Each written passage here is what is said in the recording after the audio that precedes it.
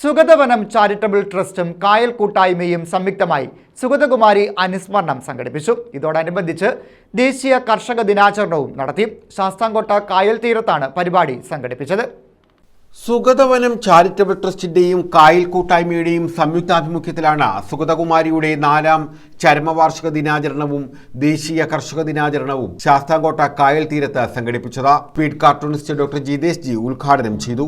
Sugathakumari teacher ഇവിടെ പത്രസമ്മേളനത്തിൽ പറഞ്ഞപ്പോൾ സിംഹവാലൻ കുരങ്ങിനെയും കെട്ടിപ്പിടിച്ചുകൊണ്ട് സുഗതകുമാരി ടീച്ചർ നിൽക്കുന്നതായിട്ടുള്ള കാർട്ടൂണുകളും ട്രോളുകളും ഒക്കെ ഒന്ന് പ്രചരിച്ചു. കാര്യം സിംഹവാല കുരങ്ങനാണോ പ്രശ്നം, ഇവിടെ വൈദ്യുതി ഉൽപ്പാദിപ്പിക്കുന്നു, അതുപോലെ പലതരത്തിലുള്ള വികസനം വരുന്ന ഒരു ഡാം വരുന്നതാണോ, അല്ലെങ്കിൽ സൈലന്റ് എന്നും പറഞ്ഞ് കുറേ പേര് വികസനവാദികൾ എന്ന് പറയുന്നവർ സുഗതകുമാരി ടീച്ചറെ വല്ലാതെ കളിയാക്കി. പരിസ്ഥിതി പ്രവർത്തകൻ KV രാമാനുജൻ തമ്പി മുഖ്യപ്രഭാഷണം നടത്തി.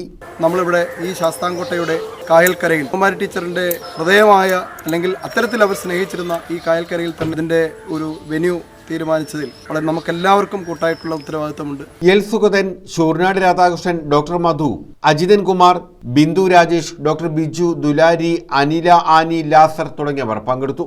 കലാലയ കർഷകനുള്ള സംസ്ഥാന പുരസ്കാരം നേടിയ ആദിത്യനെയും എഴുത്തുകാരൻ ഡോക്ടർ മധുവിനെയും ഷൂർനാട് രാധാകൃഷ്ണനെയും ചടങ്ങിൽ ആദരിച്ചു. News bureau, Sasthamkotta.